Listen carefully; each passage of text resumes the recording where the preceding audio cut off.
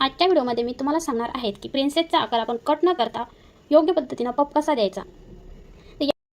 तर या ठिकाणी कस्टमरचं कमरेचं माप आहे 22 इंच। 22चा चौथा भाग होतो 5.5 इंच। चौथा भाग होतो 5.5 इंच। तर आपल्याला 32 साईजपर्यंत या ठिकाणी 3 इंच सोडून द्यायचं आहे। अर्धा इंच शिलाई मार्जिन आणि 2.5 इंच इथे, इथून 3 इंच, अर्धा इंच शिलाई मार्जिन म्हणजे 2.5 इंच आणि या ठिकाणी 2.5 इंच। 2.5 इंचचा काय हा आपला प्रिन्सेसचा टक्स आहे। 2.5 इंचचा 2.5 इंचचा प्रिन्सेसचा टक्स आहे। 5.5 इंच आपला चौथा भाग होतो 22 इंचचा 5.5 इंच। तर इथून आपल्याला 3 इंचवर एक मार्किंग करायची, म्हणजे हा 2.5 इंच आणि हा 3 इंच झाले 5 इंच। 5 इंचचं काय झालं आपलं 22 इंचचा चौथा भाग आपल्या जे मेन कमरेचं मेजरमेंट आहे ते झालं आणि इथून आपल्याला शिलाई मार्जिन सोडून द्यायची हवी तितकी तुम्हाला।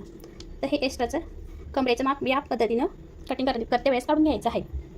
तर या ठिकाणी प्रिन्सेसचा जो टक्स असतो, मेन प्रिन्सेसचा जो टक्स पॉईंट असतो तो आपल्या ब्रस्ट साईजनुसार काढला जातो, आपल्या छातीच्या रुंदीनुसार तो काढला जातो। तर इथे कस्टमरची छातीची रुंदी आहे 30 इंच, तर 7.5 इंचचा ब्रस्ट पॉईंट होतो। परंतु इथे कस्टमरचा जो ब्रस्ट पॉईंट असतो, तो जो ब्रस्ट असतो तो या ठिकाणी नसता या ठिकाणी खाली आलेला आहे, म्हणजे असा खालच्या साईडला आहे, जास्त खाली आहे।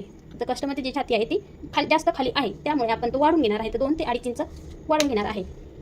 तर 7.5 इंचवर मार्किंग करून इथून 8.5 9.5 इंचवरती तो ब्रस्ट पॉईंट काढणार आहे।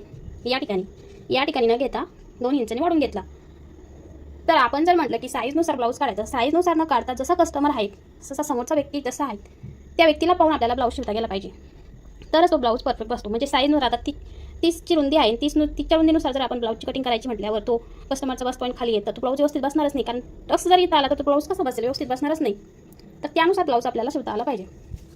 तर या ठिकाणी आपण टक्सचा जो पॉईंट असतो आपला निघतो तिथून आपण 3.5 इंच घ्यायचं आहे 32 साईजपर्यंत। 3.5 इंच खाली 2.5 घेतलं, वरती खाली 3 घेतलं होतं हुक आणि आयपट्टीची शिलाई मार्जिन धरून, तर वरती अर्धा इंच वाढून 3.5 हा पॉईंट यायला मिळवायचा आहे या ठिकाणी। आणि सरळ अर्धा इंच इथे सोडून द्यायचं आणि या ठिकाणी असं एक मार्किंग करून घ्यायची आणि हा भाग यामध्ये मिळून टाकायचा। असा आकार द्यायचा। हा याला मिळवला जो आपण हे 2 पॉईंट घेतले होते, हा याला मिळवला जिथून आपण 3.5 इंच घेतलं होतं, जिथून आपला बस पॉईंट आपण वाढून घेतला होता। हा जर वरती आला असता तर ब्लाऊज हा व्यवस्थित बसला नसता, कारण कस्टमरची छाती खाली असल्यामुळे आपल्याला तो खालीच घ्यायचा होता 2 इंच वाढून। आणि हा परत याला मिळून द्यायचा इथपर्यंत, जिथून आपण 3.5 इंच घेतलेलं आहे तिथपर्यंत याला मिळून द्यायचं। तर या पद्धतीनं आता याची स्टिचिंग कशी करायची हे मी तुम्हाला सांगते। आपण याला कट करायचं नाही, फक्त सरळ शिलाई मारायची आहे। तर तुम्ही नवीन असाल, तुम्हाला जमत नसेल तर तुम्ही या पद्धतीने सुद्धा ब्लाऊज शिवू शकता। आणि मी कटिंग करत नाही, मी कस्टमरचे रेग्युलर अशाच पद्धतीने ब्लाऊज शिवते। कट केला तर इथपर्यंत कट करते, इथे कट करत नाही। कारण एखाद्या वेळेस जर आपल्याला शिलाई उसवायचं काम पडलं किंवा कमी जास्त झालं तर आपण इथून उसून थोडीफार जवळून शिलाई मारू शकतो।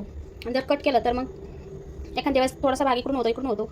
तर नवीन असल्यावर तर या पद्धतीने तुम्ही स्टिच करू शकता। तर मी तुम्हाला स्टिच करून दाखवते कसं करायचं आता। अगोदर या ठिकाणी पकडायचं आहे जो आपला शिलाईचा भाग आहे।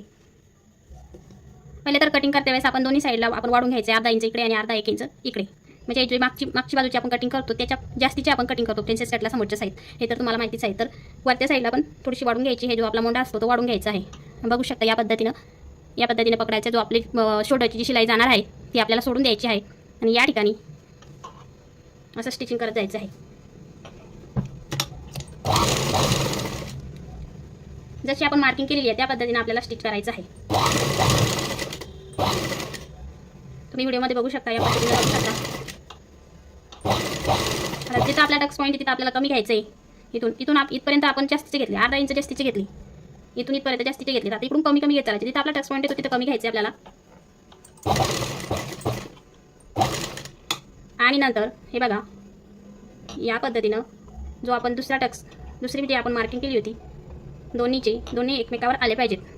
या साईडला पण दोन्ही साईडची एकमेकावर आली पाहिजेत। इकडून पकडून असं व्यवस्थित करून घ्यायचं आहे कपडा खालच्या साईडनं आणि दोन्ही साईडवर अशी शिलाई मारून घ्यायची। हे बघा दोन्ही एकमेकावरती आली पाहिजे।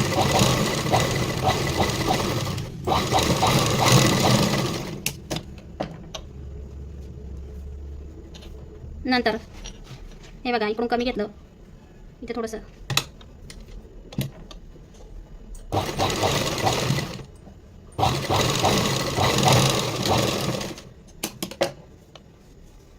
हे बघा या साईडनं थोडं जास्त घेतलं, जिथून आपण मोंड्यातून शिलाई मार देतो तिथून जास्त घेतलं. जास्त घेता घेता घेता घेता आपण जिथं आपला ब्रश साईडचा टक्स पॉईंट आलेला आहे प्रिन्सेसचा, तिथून आपण कमी घेतलं, म्हणजे थोडंसं इतकंसं काहीतरी. आणि हा जो आपण जशी मार्किंग केली होती 2 ते 2.5 इंचाचा आपला टक्सचा पॉईंट घेतला होता, जितका तुम्ही टक्सचा पॉईंट वाढून घ्याल तितका तुमचा प्रिन्सेसचा पप येईल. तर या पद्धतीनं. आणि नंतर आपल्याला हा टक्स जसं आपण कटोरीचा टक्स टाकतो त्या पद्धतीने इथं त्याला असं करून स्टिच करून घ्यायचं आहे. आणि परत वरून एक शिलाई मारायची, अशी जशी आपण अगोदरची शिलाई मारली तशी परत एक शिलाई मारायची आहे.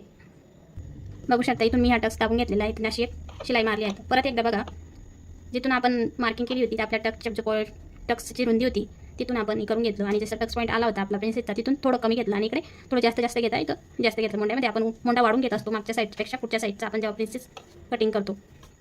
बघू शकता किती छान पप आलेलं आहे. तर या पद्धतीनं तुम्ही जर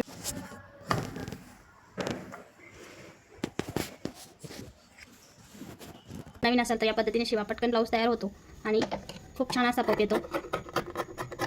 आणि या साईडला वरून एक पट्टी मारून खाली पट्टी दुमडून द्यायची आहे. आजचा व्हिडिओ तुम्हाला कसा वाटला हे कमेंट बॉक्समध्ये नक्की सांगा. धन्यवाद.